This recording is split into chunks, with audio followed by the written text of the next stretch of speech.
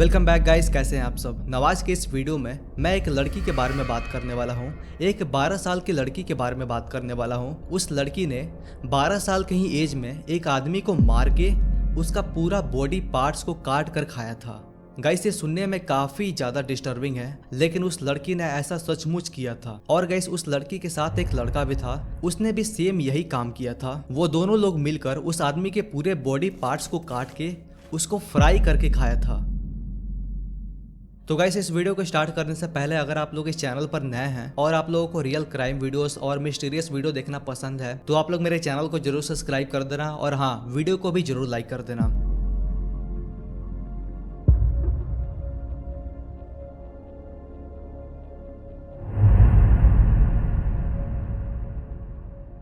तो ये case start होता है उस लड़के से। रसिया के एक छोटे से सिटी रुथवॉक्स में एक लड़का रहता था जिसका नाम आर्केडी जेवरेव था और वो अपनी मॉम के साथ अकेले रहता था। उसके फैमिली में उसके मॉम के अलावा अब जिंदा कोई भी बचा नहीं था। आर्केडी की जो मॉम थी वो एक जॉब करती थी, वो एक छोटे से कंपनी में जॉब करती थी। तो गाइस मैं आपको आर्केडी के फैमिली के बैकग्राउंड के बारे में कुछ बातें बता दूं। आर्केडी की जो फैमिली थी वो काफी ज्यादा अजीब फैमिली थी। वो हमेशा किसी न किसी से झगड़ा करते रहते थे। वो हमेशा अपने आसपास के लोगों से मारपीट किया करते रहते थे। तो इस वजह से आर्केडी के मॉम को और आर्केडी को भी काफी ज्यादा प्रॉब्लम हुआ करता था। और यहाँ पर एक बात और थी कि उसके फैमिली का इतना ज्यादा बैकग्राउंड खराब था कि उसके आसपास के लोग भी उसके फैमिली से थोड़ा सा भी बातचीत करना पसंद नहीं किया करते थे। आर्केडी जो था वो भी काफी ज्यादा अजीब टाइप का लड़का था। उसको एक बीमारी थी जिसका नाम सिरजोफ्रेनिया था। मैं आपको सिरजोफ्रेनिया के बारे में कुछ बातें बता दूं। सिरजोफ्रेनिया एक ऐसी बीमारी है जिसमें लोग काफी ज्यादा अजीब टाइप का बिहेव करने लगते हैं। किसी के भी ऊपर वो अचानक से चिल्लाने लगते हैं और वो खुद से ही बातचीत करने लगते हैं और खुद से ही नफरत करने लगते हैं। तो गाइस यही बीमारी आर्केडी को भी थी। इसी बीमारी के कारण आर्केडी अपने मॉम से भी अच्छे तरीके से बातचीत नहीं किया करता था।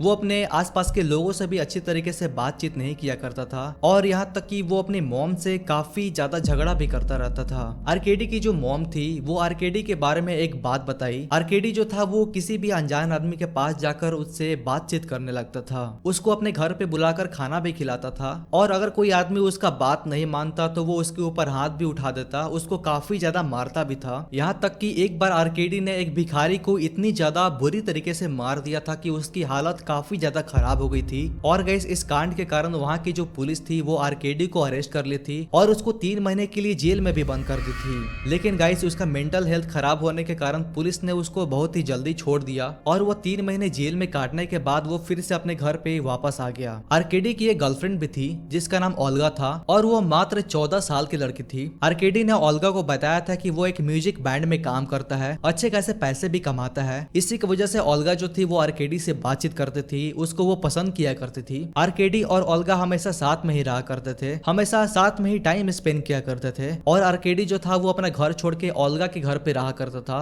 ओल्गा के ही साथ सोया करता था। अब गाइस आर्केडी के इस टाइप के बिहेवियर के कारण ओल्गा के जो पेरेंट्स थे वो ओल्गा को काफी ज्यादा समझाते, वो आर्केडी के साथ रहने के लिए उसको मना करते। लेकिन ओल्गा जो थी वो अपने पेरेंट्स की एक भी बात को नहीं मना करती थी। वो हमेशा आर्केडी को ही सपोर्ट किया करती थी और वो हमेशा आर्केडी के ही साथ रहना पसंद किया करती थी। अब गाइस आगे ओल्गा और आर्केडी ने एक प्लान बनाया। वो दोनों लोग अपने फैमिली को छोड़कर एक दूसरे शहर में जाकर रहने लगे। उस शहर का नाम सेंट पीटर्सबर्ग था और उस शहर में जाकर उन दोनों लोगों ने एक बिल्डिंग में रूम लिया और वो साथ में वहीं पे रहने लगे। ओल्गा जो थी वहीं पर एक छोटे से कंपनी में जॉब करने लगी, लेकिन जो आर्केडी था वो जॉब नहीं कर रहा था। वो केवल दिन रात उसी रूम में ही रह के वो बस टाइम पास कर रहा था। अब गाइस आर्केडी के इस टाइप के बिहेवियर के कारण ओल्गा और आर्केडी के बीच में कई बार झगड़ा भी हुआ करता था। ओल्गा जो थी वो आर्केडी को बार बार कहती कि तुम कहीं पे जाकर जॉब कर लो, कुछ पैसे कमा लो। लेकिन जो आर्केडी था वो ओल्गा की एक भी बात को नहीं मानता था, वो केवल अपने ही मन का किया जा रहा था। उनके बीच हमेशा झगड़े होते रहते थे, लेकिन आर्केडी को कुछ फर्क ही नहीं पड़ रहा था। ऐसे ही दिन कट रहे थे और एक दिन अचानक ओल्गा जो थी वो अपने बिल्डिंग के 9th फ्लोर पे थी और ओल्गा उसी बिल्डिंग के 9th फ्लोर से वो अचानक ही नीचे गिर गई और नीचे गिरने के बाद ओल्गा की वहीं पे जान चली गई।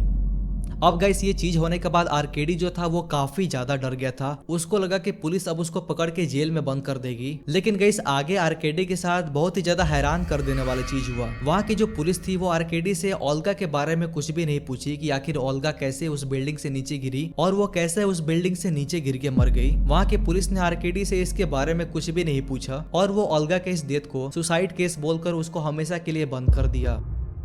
आर्केडी जो था वो जितना जल्दी हो सके उस बिल्डिंग को छोड़ के वो एक दूसरे शहर में जाकर, जिसका नाम सोची था, वहां पर जाकर एक रूम लिया और वहीं पर जाकर वो रहने लगा। आर्केडी जो था अब वो एक नए शहर में रहने लगा। उसको म्यूजिक का काफी ज्यादा शौक था, वो हमेशा गाने गाता रहता था और वो उसी शहर के एक शॉप से एक गिटार खरीद कर और वो गिटार को लेके शहर के सड़कों पे जाता था और वहीं पर वो सड़क के किनारे गाना गाकर कुछ पैसे भी कमा रहा था। आर्केडी हर एक दिन नए जगह पे जाकर वहां पर वो गाना गाता था और वो लोगों से पैसे मांगकर और खाना मांगकर कैसे भी अपना गुजारा कर रहा था। आर्केडी जहाँ पर वो गाना गाने जाया करता था वहीं पर पास के एक घर में एक लड़की रहती थी। वो लड़की मात्र 12 साल की थी और वो लड़की हर एक दिन आर्केडी के पास आकर, जहाँ पर आर्केडी गाना गाया करता था, वो लड़की हर एक दिन आर्केडी के पास आकर उसके पास वो बैठ जाती थी और वो लड़की बस केवल आर्केडी को ही देखती रहती थी और उसका बस गाना सुनती रहती थी। आर्केडी जो था वो हर एक दिन उस 12 साल के लड़की को नोटिस कर रहा था क्योंकि वो लड़की हर एक दिन आर्केडी के पास आकर उसके पास बैठा करती थी। तभी एक दिन अचानक आर्केडी उस लड़की के पास गया और उससे बातचीत करने की कोशिश की।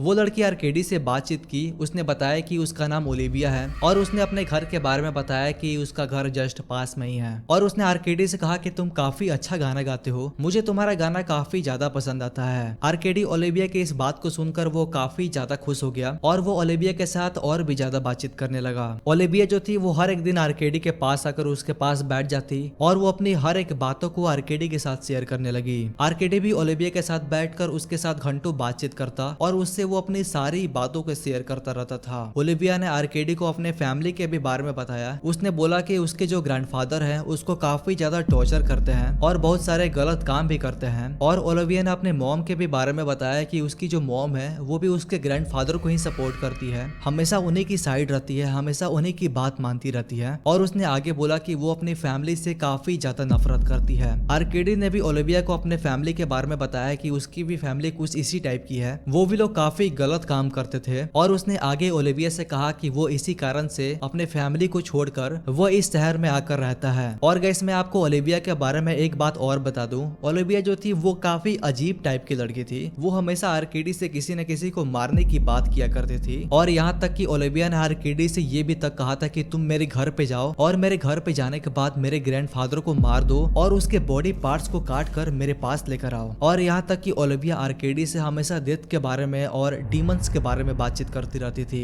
अब गाइस आगे देखो, ओलिविया जो थी वो पूरा दिन आर्केडी के ही साथ रहने लगी। वो रात को भी आर्केडी के रूम पे जाकर वो रहने लगी और वो आगे अपने घर पे भी जाना बंद कर दिया और वो केवल दिन रात केवल आर्केडी के ही साथ रहा करती थी। अब गाइस आगे ओलिविया और आर्केडी ने ये डिसाइड किया कि अब वो लोग इस शहर को छोड़कर वो लोग एक नए शहर में जाकर वहीं पे रहेंगे और वो लोग आगे ऐसा ही करते हैं। आर्केडी और ओलिविया अपना पूरा सामान पैक करके उस शहर को छोड़कर वो लोग फिर से सेंट पीटर्सबर्ग, जहाँ पर आर्केडी पहले रहा करता था, वो लोग फिर से वहीं पर आ चुके थे। और वहां पर आने के बाद उन्होंने एक अलेक्जेंडर नाम के आदमी से उसका फार्म हाउस रेंट पर ले लिया और वो दोनों लोग वहीं पर रहने लगे। अलेक्जेंडर जो था वो एक जॉब करता था, वो एक गवर्नमेंट जॉब किया करता था और उसकी एक फार्म हाउस थी जो कि ऐसे ही काफी दिनों से बंद पड़ी हुई थी। तो इसी वजह से अलेक्जेंडर ने उस फार्म हाउस को आर्केडी को दे दिया था ताकि वो लोग वहां पर रह सके और उसको कुछ पैसे भी मिल जाए। और आर्केडी और ओलिविया उस फार्म हाउस में जाकर वो लोग दोनों साथ में वहीं पर रहने लगे। अलेक्जेंडर जो था वो हर एक दिन आर्केडी के पास आकर उससे रूम रेंट मांगा करता था, लेकिन आर्केडी हमेशा उससे बोलता कि तुम कुछ दिन और रुक जाओ, मैं तुमको पैसे जुगाड़ करके मैं तुम्हारा रूम रेंट, तुम्हारा फार्म हाउस का रेंट मैं काफी जल्दी दे दूंगा। आर्केडी और ओलिविया जॉब के भी तलाश कर रहे थे लेकिन उनको कहीं भी कुछ भी जॉब नहीं मिल रहा था। उनके पास अब थोड़ा सा भी पैसा नहीं बचा था कि वो अलेक्जेंडर को पैसे दे पाए। आर्केडी अब काफी ज्यादा परेशान रहने लगा और वो बार बार ओलिविया को ये बोलता कि अब वो लोग इस फार्म हाउस को छोड़कर वो कहीं और जाकर रूम लेकर रह लेंगे। लेकिन जो ओलिविया थी वो आर्केडी से बोले कि हम लोग कहीं पर नहीं जाएंगे, हम लोग यहीं पर ही रहेंगे। अलेक्जेंडर जो था वो हर एक दिन आर्केडी के पास आकर उससे पैसे मांगता और अगर आर्केडी उसको अगर पैसे ना देता तो अलेक्जेंडर उसको धमकी भी देकर जाता। यहाँ तक तो सब कुछ नॉर्मल चल रहा था। आर्केडी और ओलिविया जैसे तैसे करके बस उस फार्म हाउस में रह रहे थे। उन्होंने कई जगह काम की भी तलाश की बट उनको कहीं भी कुछ भी काम नहीं मिला। ऐसे ही दिन बीत रहे थे। अलेक्जेंडर हर दिन उनके पास आकर उनसे पैसे मांगता लेकिन आर्केडी जैसे तैसे करके कुछ न कुछ बहाना करके वो इस बात को बस टाल दे रहा था। कुछ दिन बीतने के बाद वो लोग अपने पास कहीं एक दुकान पर गए और वहां पर जाने के बाद उन्होंने काफी तेजधार हथियार खरीदा, बहुत सारे बड़े बड़े चाकू भी खरीदे और उनको खरीदने के बाद वो लोग सीधा उस फार्म हाउस पे वापस आ गए और वो लोग दोनों लोग बस केवल रात होने का इंतजार कर रहे थे। वो लोग बस केवल अलेक्जेंडर के आने का इंतजार कर रहे थे।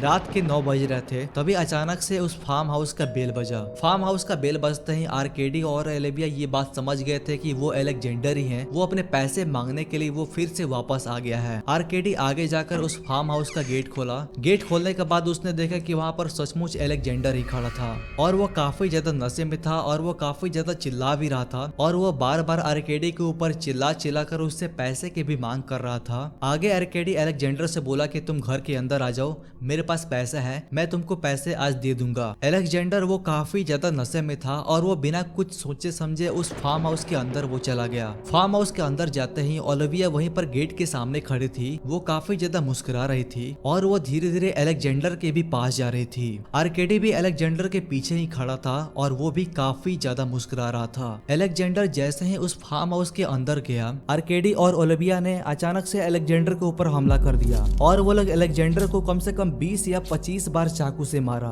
अलेक्जेंडर काफी ज्यादा नशे में था, उसको कुछ भी समझ में नहीं आ रहा था कि आखिर उसके साथ हो क्या रहा है। आर्केडी रुकने का नाम ही नहीं ले रहा था। वो बार बार अलेक्जेंडर के ऊपर कम से कम 20 या 25 बार वो चाकू से उसके ऊपर हमला किए जा रहा था और वो तब तक अलेक्जेंडर के ऊपर हमला करते गया जब तक अलेक्जेंडर पूरी तरीके से मर नहीं गया। और गाइस, अलेक्जेंडर को मारने के बाद आर्केडी और ओलिविया ने उसके हेड को काटा, उसके दिमाग को काटा और उसका दिमाग काटने के बाद वो लोग उसको फ्राई करके वो दोनों लोग साथ में खाने लगे। गाइस, ये सुनने में काफी ज्यादा खौफनाक लग रहा है, बट उन दोनों लोगों ने, आर्केडी और ओलिविया, वो दोनों लोगों ने ऐसा काम सच में किया था। इसके बाद वो लोग उसके पूरे बॉडी पार्ट्स को काट कर कुछ बॉडी पार्ट्स वो लोग फार्म हाउस के बाहर फेंक दिए और कुछ बॉडी पार्ट्स को वो लोग उसी फार्म हाउस में जलाकर वहीं पर उस फार्म हाउस में छोड़कर वो दोनों लोग वहां से भाग गए। अगले दिन सुबह वहां के जो आसपास के जो लोग थे उन्होंने नोटिस किया कि उस फार्म हाउस से काफी ज्यादा जलने की स्मेल आ रही है और वो स्मेल काफी ज्यादा अजीब टाइप की स्मेल लग रही थी। वहां के आसपास के लोग फौरन उसी समय पुलिस को कॉल किए और पुलिस को कॉल करने के बाद इस पूरी घटना की जानकारी वो लोग पुलिस को बताया और उन्होंने पुलिस को ये भी बताया कि उस घर से काफी गंदी स्मेल आ रही है। थोड़े ही देर बाद वहां पर पुलिस आ गई और पुलिस जब उस फार्म हाउस के अंदर गई, उस घर के अंदर गई और उस घर के अंदर जाकर जब उन्होंने देखा तो वो काफी ज्यादा शॉक हो गए। उन्होंने देखा कि उस फार्म हाउस के चारों तरफ केवल बॉडी पार्ट्स फेंके हुए हैं और वहां पर बहुत सारे बॉडी पार्ट्स जल भी रहे हैं। पुलिस इस चीज को देखने के बाद वो काफी ज्यादा डर गई थी। वो आसपास के लोगों से भी जाकर इस चीज के बारे में पूछ रही थी, लेकिन वहां के आसपास के लोगों को ये बात बिल्कुल भी नहीं पता था कि आखिर उस घर में क्या क्या हुआ था। वहां के आसपास के लोगों ने बताया कि इस घर में 2 लोग रहने के लिए आए थे और वो दोनों लोग सुबह से ही गायब है। ये बात सुनने के बाद पुलिस फौरन उस पूरे इलाके को सील कर दी थी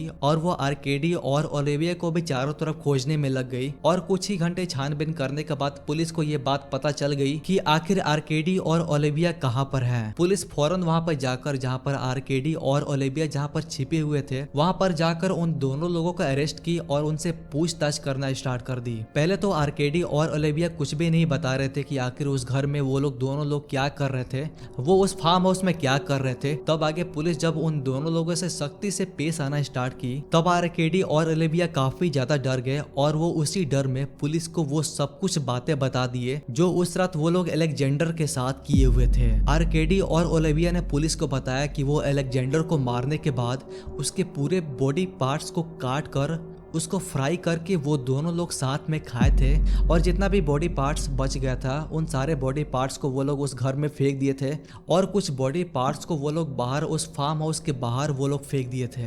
पुलिस उन दोनों लोगों की बात को सुनने के बाद वो काफी ज्यादा घबरा गई और वो सोच में पड़ गई कि एक 12 साल की लड़की ऐसा काम कैसे कर सकती है। पुलिस को ये विश्वास ही नहीं हो रहा था कि एक 12 साल की लड़की कभी ऐसा भी काम कर सकती है। आगे फिर पुलिस उन दोनों को जेल में बंद की और उनको कोर्ट की तरफ से आजीवन कारावास की सजा सुनाई गई। तो गाइस, ये था आज का केस, वो 12 साल की लड़की ओलिविया का केस। आप उस लड़की के बारे में क्या सोचते हो, आप मुझे कमेंट करके बताना। और हाँ, जितना ज्यादा हो सके मेरे चैनल को भी जरूर सब्सक्राइब करना। मैं आगे और भी ज्यादा इस टाइप के केसेस को कवर करने वाला हूँ। तो गाइस, मिलता हूँ आपसे एक और अगले वीडियो में कुछ ऐसे ही कंटेंट के साथ। बाय।